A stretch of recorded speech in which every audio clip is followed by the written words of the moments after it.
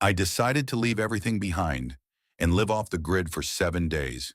No electricity, no running water, no stores, no backup, just me and whatever I could figure out on my own. At first, it didn't seem that hard. A small cabin in the middle of nature, fresh air, total silence, no noise, no stress, no distractions. It actually felt peaceful, like I had escaped something. But that feeling didn't last long, because the moment you step away from the system, you realize how much of your life depends on it. The first problem came faster than I expected. Electricity. In the city, you never think about it. You flip a switch, and everything just works. But out here, nothing works unless you make it work. Every device, every light, every small convenience you're used to suddenly becomes something you have to earn. And when the sun went down on the first night, I realized something simple. Darkness out here is different. There are no streetlights, no glow from buildings, no background noise, just complete silence and complete darkness. And that's when it started to feel real. Because this wasn't a vacation. This was survival. Day 2 brought another challenge. Water. Something so simple that I never even thought about it before. In the city, water is always there. Turn the tap, and it flows. But out here, every drop matters. Every drop has to be collected, carried, filtered, used carefully, and suddenly something as basic as drinking water becomes something you have to work for. By day 3, things started to change. The excitement was gone, and reality started to set in. Everything takes longer. When everything requires effort, simple tasks become physical work, and there's no break from it. No pause, no, I'll do it later. Because if you don't do it, it doesn't get done. And by that point, I started to understand something. Living off the grid isn't just about escaping modern life. It's about replacing it with responsibility. By day 4, the isolation started to hit. No people, no conversations, no quick distractions, just silence. At first, it feels peaceful, but after a while, it starts to feel heavy because you realize how used you are to always being connected to something. And out here, you're not. Day 5 brought the hardest part, fatigue, because everything adds up. The physical work, the mental pressure, the constant need to think ahead, and you start asking yourself a simple question. Is this really worth it? Because while the idea of off-grid living looks perfect, the reality feels very different when you're inside it. Day 6, you begin to adapt. You learn small things. What works, what doesn't. You start moving differently, thinking differently, using less, doing more, and slowly, it begins to feel normal. And by day 7, something unexpected happens.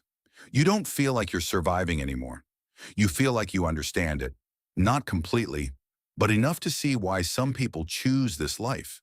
Because it forces you to slow down, to focus, to rely on yourself in a way most people never have to. But it also shows you something else, something most people don't realize until they experience it themselves. This lifestyle isn't easy, and it's definitely not for everyone. So the real question is, after 7 days without electricity, water, or the modern system, would you actually choose to live like this? So what actually happens after the first 7 days? Because once the initial shock fades, this lifestyle doesn't suddenly become easy. It just becomes familiar. Day by day, you start building a routine. Not the kind of routine you had in the city, but one shaped by necessity. You wake up with the sun, not because you have to, but because it makes everything easier. More daylight means more time to get things done. More time to collect water, prepare food, fix things before it gets dark again. Because once the sun goes down, everything slows down with it. And that's when you start to understand something important. Time works differently here. In the city, time feels fast, constant, controlled by clocks, schedules, and notifications. But out here, time is controlled by nature. And if you don't respect that, you fall behind. One of the first things you learn is how to prioritize. What actually matters, what doesn't. Because you don't have unlimited energy. You don't have unlimited resources. So every decision has a cost. Use too much electricity, and you might not have enough later. Use too much water, and you'll have to collect more sooner. Ignore small problems, and they turn into bigger ones. And slowly, you start thinking differently, more carefully, more intentionally, because every action has a direct consequence. And that's something most people never experience in modern life.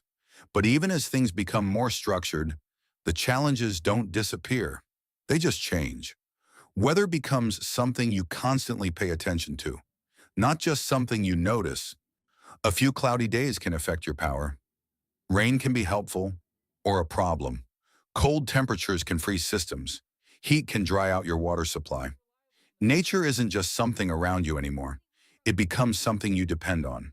And that relationship changes everything because you stop taking things for granted. Sunlight matters, rain matters, temperature matters, everything matters. And over time, you begin to adapt to that. You learn how to prepare, how to think ahead, how to avoid problems before they happen. But even with experience, things still go wrong. And when they do, you have to deal with them immediately. There's no delay, no ignoring it. Because the longer you wait, the worse it gets. And that pressure is something that never fully goes away. But here's the interesting part. At the same time as all these challenges, something else starts to happen. You begin to feel more in control. Not because things are easier, but because you understand them. You know how your energy works. You know how your water system works. You know how to solve problems when they appear. And that knowledge creates confidence. Real confidence. Not the kind that comes from comfort, but the kind that comes from experience. And that's something many people find addictive because it's real, it's earned, and it changes how you see your life. But even then, the question remains, is it worth it? Because for every moment of peace, there's a moment of effort. For every beautiful sunrise, there's work that needs to be done. For every feeling of freedom, there's responsibility behind it. And that balance is what defines this lifestyle. Some people experience it and decide it's not for them. They go back to convenience, back to systems that make life easier. And that's okay. But others experience the same thing and choose to stay. Because for them, the trade-off is worth it. The effort, the responsibility, the uncertainty, all of it. Because in return, they get something that's hard to find anywhere else. A life that feels real, a life that feels earned, and a level of independence that most people only imagine.